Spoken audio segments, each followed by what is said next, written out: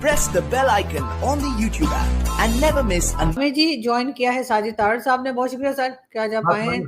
Thank you Aarzoo, my pleasure. Sir बड़ा हंगामा है, बड़ी खबरें हैं और आखिरकार आर्मी चीफ की अपॉइंटमेंट हो गई। किस तरह देखते हैं आप इन सबको? क्या चेंजेस आ सकते हैं इनके आने से? क्या बेहतरी आ सकती है?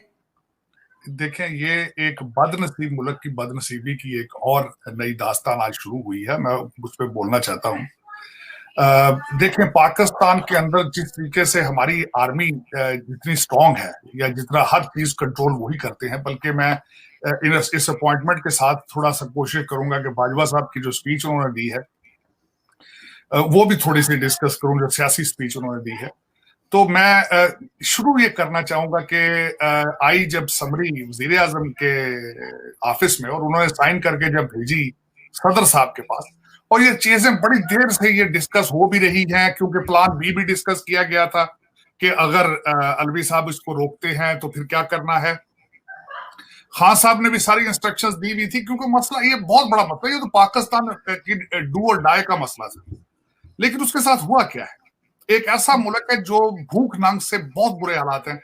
वहां के सदर पाकिस्तान अपना दरबार, उन्होंने कहा, फैसला किया कि दरबार, बल्कि जाने से पहले, मेरी इंफॉर्मेशन के हिसाब से जाने से पहले सबरी उनसे साइन करा ली गई थी। लेकिन एक इलामती तौर पर उन्होंने अपना सारा काफिला साथ लिया, एम्बुलेंस से रोकी उन्होंने, लोग रास्ते में बेचारे बिलखते रहे, ट्रैफिक जाम की गई।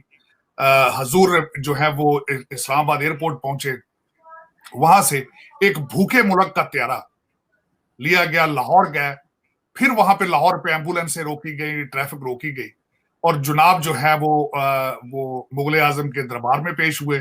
40 मिनट के लिए उन्होंने सजदा नगू रहे।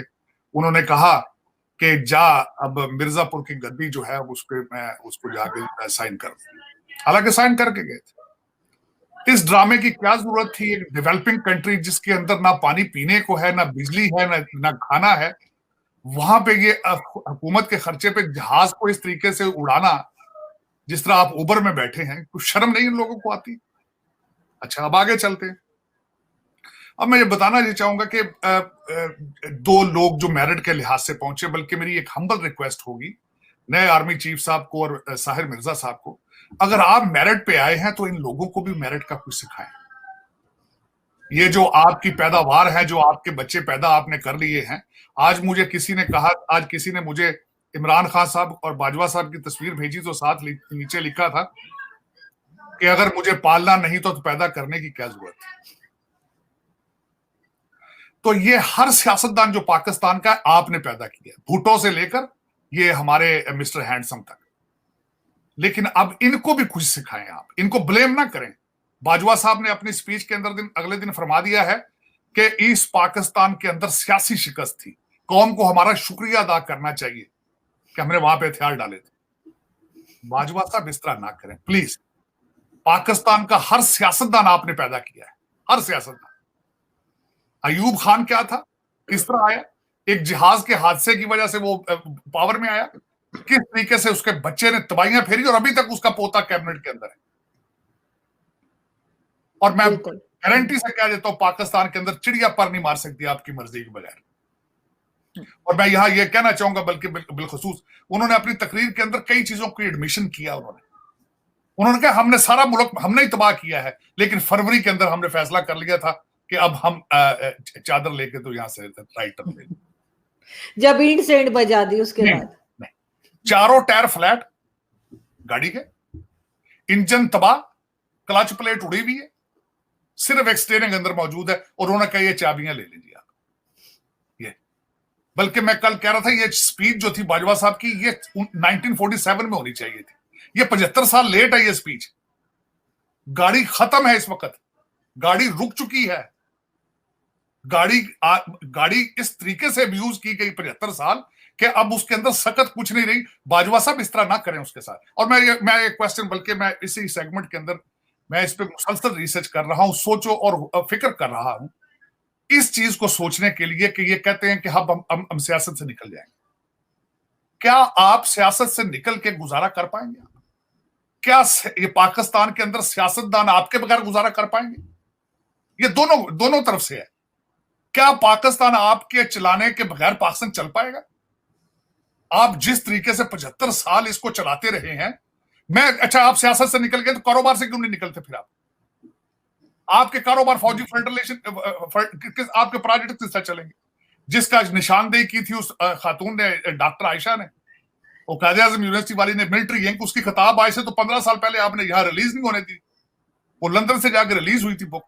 पाकिस्तान के हर बिजनेस में सियासत से निकल जाएंगे तो पाकिस्तान के कारोबार क्या क्या करेंगे आप? या तो कारोबार से भी निकले आप।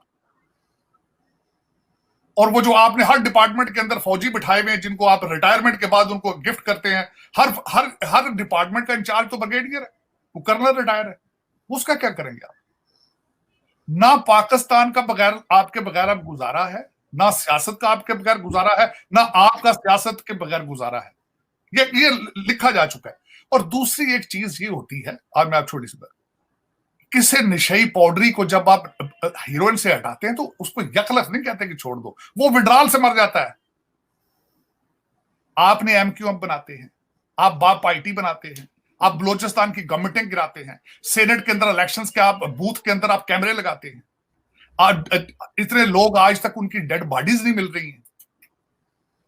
तो मुझे ये बताएं कि ये किस तरह आगे निजाम चलेगा? आप मैनेज करते हैं, आपको सिद्दीकी साहब ने कहा था, सिद्दीकी साहब जो जस्टिस सिद्दीकी साहब, उन्होंने कहा था कि तुमसे एक जज नहीं मैनेज हुआ। ये वर्ड मैनेज आपने इजाद किया था, अब इसको मैनेज करें प्लीज।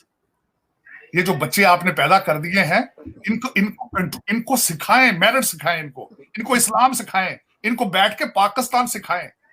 और आज एक सबसे बड़ा मेरी रिक्वेस्ट होगी, मैं मिन्नत करूंगा नए आर्मी चीफ से कि खुदारा इस सियासत में से इंपोर्टेड लोग निकाल दो, डुअल सिटीजन, और कोई बंदा सियासत या आला ओहदे के ऊपर ना आए जिसके बीवी बच्चे पाकिस्तान के अंदर मौजूद नहीं है और जिनके पास डुअल सिटीजनशिप है, अगर पाकिस्तान बचाना चाहते हैं। अगर, क्योंकि 25 करोड़ लोग वो जिहाद चाहते हैं, वो पाकिस्तान नहीं बचाना चाहते।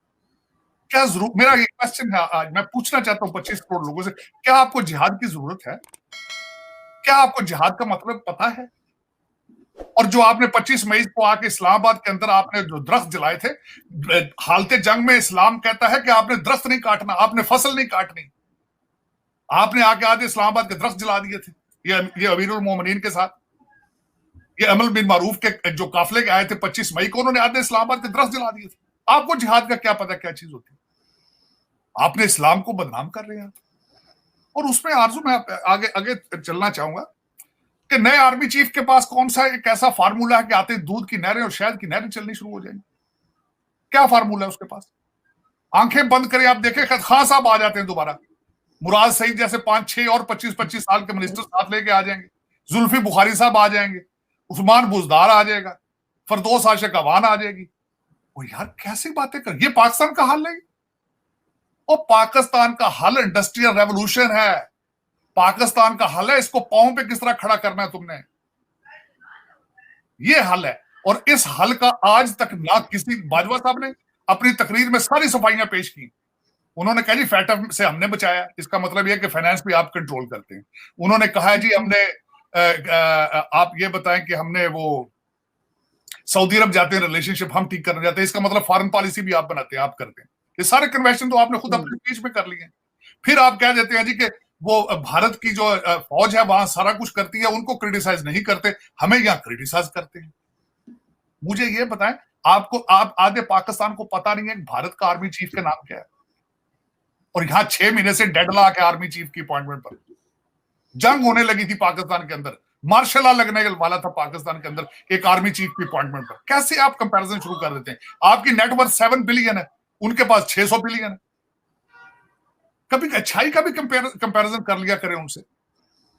अब ये रवाज बनता जा रहा है कि वो इमरान खान साहब देखें जयशंकर की तारीफें कर रहे हैं, मोदी से दुश्मनी लगाई। अब यहां भी ये मोदी की बात, वो भारत के इंसानी हकूक की खिलाफवर्जी, तो अपने इंसानी हकूक के बारे में कुछ बात करें आप। 25 करोड़ लोग भूख से मरने वाले हैं, 4 करोड़ लोग खुले आसमान के नीचे बैठे हैं। ये इंसानी हकूक का जो है वो तजाद नहीं है। ये आपने अपने शहरी जो 4 करोड़ हैं वो अबेंडन कर दिए। ये इंसानी हकूक की पामाली नहीं है, और फिर उनकी बात भी नहीं करनी।